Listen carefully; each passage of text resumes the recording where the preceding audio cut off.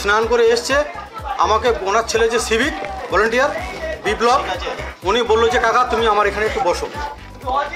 যখন গৌরবাবু স্নান করে এসছে, জলে বালতি নিয়ে এসছে, যখন মানুষজন তাড়া করে এসছে, তখন বিপ্লব আমাকে বললো যে কাকা তুমি আমার বাড়ির মধ্যে একটু মানুষ আপনার বিরুদ্ধে ক্ষেপে উঠলো কি করে? গ্রামে গোটা গ্রাম, আমি নিজেই বুঝতে পারছি না যে আমি কি দুর্নীতির সঙ্গে যুক্ত। আমি বারবার বলেছি গ্রামবাসীর কাছে, হাত জোট করে অনুরোধ করে বলছি, যদি আমি কোনো ভুল ত্রুটি করে থাকি, কারো জমি জায়গা টাকা পয়সা নিয়ে থাকি, আইন আছে, পুলিশ প্রশাসন আছে, লিখিত আকারে দিক বা ওনারা ডেকে নিয়ে আমাকে বসুক বাড়ির সন্তানের মতো। যদি আমি ভুল করে থাকি আমি তার ক্ষমা চাই। আমি যদি কোনো 70 জনের নামে অভিযোগ করে থাকি, কোনো ক্লু পেয়ে থাকে যে আমি করেছি, নিজ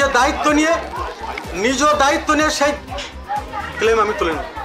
আপনি একটা সময় বিজেপি করতেন, আপনি অভিযোগ করেছেন যে শাহজাহান শেখ জোর করে তৃণমূলে জয়েন করিয়েছিল। না, মারধর করতো। শাহজাহান শেখ নিয়ে আসেনি। এই তৃণমূলের যারা এই বুথের অঞ্চলে যারা নেতৃত্ব ছিল, তারা আমাকে 19 সালে ভোটের পরে, লোকসভা ভোটের পরে আমাকে মেরে ধরে এই বটতলাতে মেরে ধরে এই দলে আনা হয়েছে। কে মেরেছিল? কারা মেরেছিল? তাপসারি, এই শ্যাম সরকার। অজিত বাবু 2019 সালে ভোটের পরে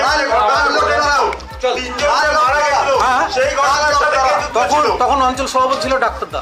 ডাক্তার মানে পুরো নাম? সিরাজউদ্দিন শেখ। নরগড়ে যে মন্ডল মার্ডার কেস হয়েছিল, তার সেখানে কারা যুক্ত ছিল? আমি সেটা বলতে পারবো। শাহজাহান শেখের নাম রয়েছে এই বাইরে ছিল, এই বাইরে আমার জানা নেই। আমাকে যারা যারা মেরেছে সেগুলো বললাম তো। আপনি কি তাদের থানায় অভিযোগ করেছিলেন? সেই সময় অভিযোগ করেছিলেন? কে ডাকছিলেন? সেই সময় অভিযোগ করেছিলেন? সেই সময় অভিযোগ করেছিলেন থানাতে আপনাকে যে মারধর করেছিল? না, সে সময় আমি অভিযোগ করি। কেন করলেন না? কেন করলেন না? অভিযোগ করতে গেলে আবার ওরা মারধর করবে, কোনো কিছু করবে, তারপরে দলে চলে এলেন। এসেই নাকি আপনি জমি জমা লুট করা শুরু করেছেন, গ্রামবাসীরা বলছে। এই জমির কথা বারবার বলছি দাদা, এই জমির কথা বারবার বলছি। যদি কারোর জমি নিয়ে থাকি, আমাকে সজমিনে সংবাদ মাধ্যমকে নিয়ে আর পুলিশ প্রশাসনের লোককে নিয়ে সেই জায়গার উপরে চলুন। আপনি আবাসের টাকা নাকি ওনাদেরকে দেননি, 100 দিনের কাজের টাকা ওনাদের কাছ থেকে তুলে নিয়েছেন? আচ্ছা, আমি সাংগঠনিক দায়িত্বে, আবাসের টাকার দায়িত্ব আমি নেই, আমার কলমে কোনো টাকা ওঠে না। কিন্তু আপনার নির্দেশই কাজ করতে হয় কেন? সুপারভাইজার যে সে হচ্ছে 100 দিনের কাজের টাকা লেনদেন করে, তাহলে আমি কি করে ওদেরকে দিলাম না? গ্রামবাসীর এই ক্ষোভটা কি কারণে?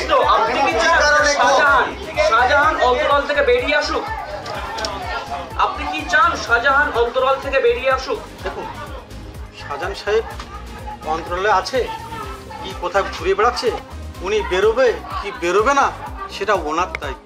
আপনার সাথে শেষ শাহজাহান সাহেবের কথা কি মনে হয় না যেটা বলছেন দুর্নীতিগুলো হয়েছে? গত 5 তারিখ থেকে আরো 2 মাস আগে যান।